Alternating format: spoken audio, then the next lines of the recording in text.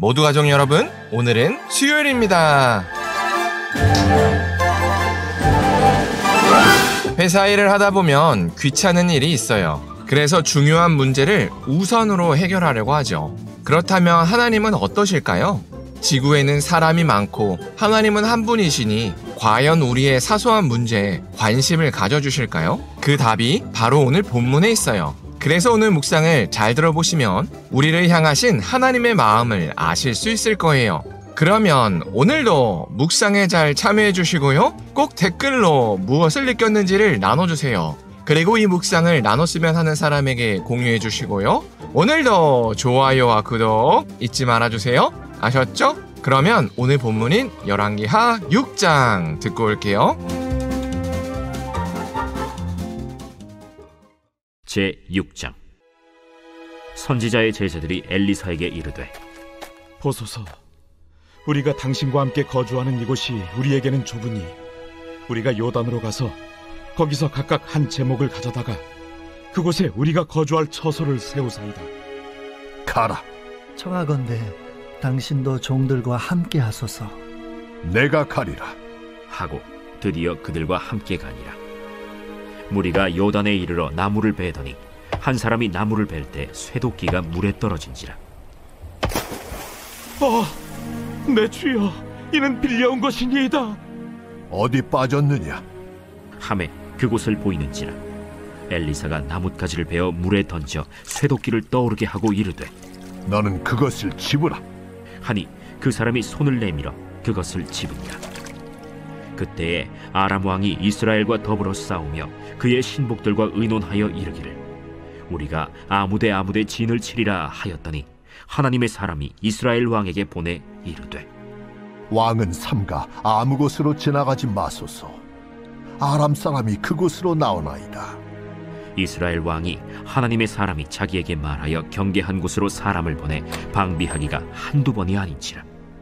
이러므로 아람 왕의 마음이 불안하여 그 신복들을 불러 이르되, 우리 중에 누가 이스라엘 왕과 내통하는 것을 내게 말하지 아니하느냐? 우리 주 왕이여, 아니로소이다. 오직 이스라엘 선지자 엘리사가 왕이 침실에서 하신 말씀을 이스라엘의 왕에게 고하나이다. 너희는 가서 엘리사가 어디 있나 보라. 내가 사람을 보내어 그를 쳐버리라. 보라, 그가 도단에 있도다 하나이다.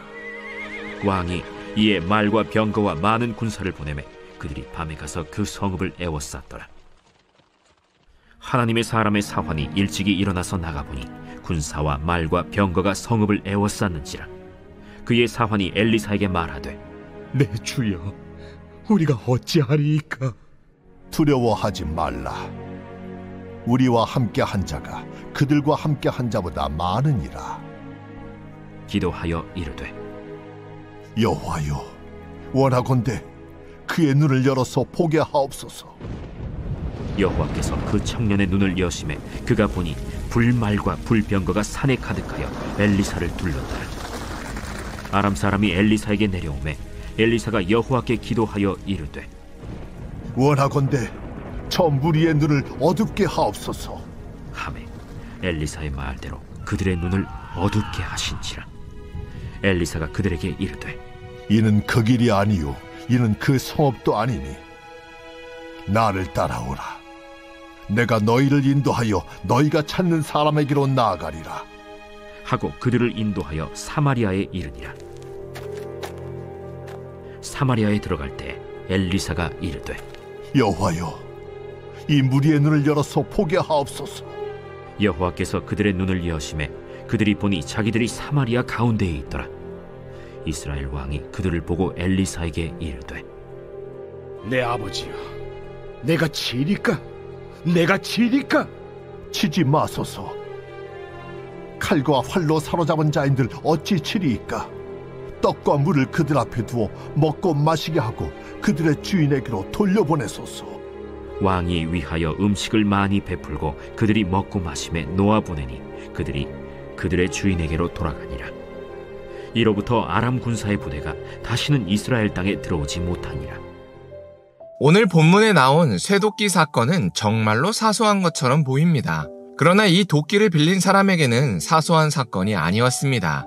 당시 선지자 후보생은 도끼를 빌려올 만큼 집안이 힘들었습니다. 그러니 당연히 강에 빠뜨린 새도끼 머리를 변상할 능력도 없었습니다. 그런데 당시에는 만약 변상을 못하면 가족을 종으로 내줘야 하는 상황도 벌어졌습니다. 그러니 이번 사건이 단순히 우리의 기준으로 몇만 원밖에 안 하는 쇠도끼를 잃어버린 사건이 아니었습니다. 또 그렇게 중요하면 수영을 해서 강에서 건지면 되지 않을까라고 생각할 수 있으나 그럴 가능성도 희박합니다. 왜냐하면 빠뜨린 곳이 요단강이었기 때문입니다. 요단강은 건기 때는 말라서 얕은 강이 됩니다. 하지만 우기 때는 강이 범람하여 들어갈 수조차 없습니다. 이런 자연현상을 고려했을 때 아마도 우기 때 쇠도끼 머리를 빠뜨렸던 것 같습니다. 그러다 보니 전전긍긍할 수밖에 없었던 겁니다.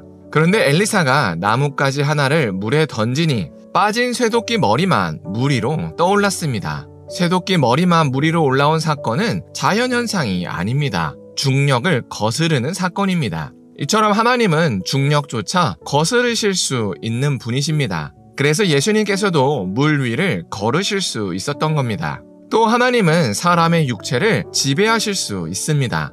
그래서 엘리사를 잡으러 온 아람 군대의 눈을 멀게 하셨습니다. 그것도 수천 수만 명의 군사의 시력을 한순간에 잃게 하셨습니다. 그리고 하나님은 그들의 정신을 지배하셔서 엘리사가 인도하는 대로 순순히 따라가게 하셨습니다. 그리고 사마리아 성에 들어가서 완전히 포위가 될 때까지 상황 파악을 하지 못하게 하셨습니다. 그리고 그들이 완전히 포위됐을 때 일순간에 눈을 뜨게 하셨습니다. 그리고 포위가 된 아람 군대에게 음식을 베풀게 하셨습니다. 적들에게 음식을 베푼다는 것은 적들이 어떻게 해도 상대가 되지 않는다는 것을 보여주는 장면입니다. 이렇게 전의를 상실한 아람 군대는 이후로도 북이스라엘을 침공하지 못했습니다. 이렇게 하나님은 문제를 해결해 주십니다. 왜냐하면 하나님은 어떤 문제든 해결하실 수 있는 이 세상의 절대 주권자이시기 때문입니다. 그런 하나님이 엘리사 뒤에 있다는 것을 아람 왕은 알았습니다. 그래서 엘리사 한 명을 잡는데 군대를 보냈던 겁니다. 그러나 수천 수만 명의 군대조차 하나님의 상대가 되지는 못합니다.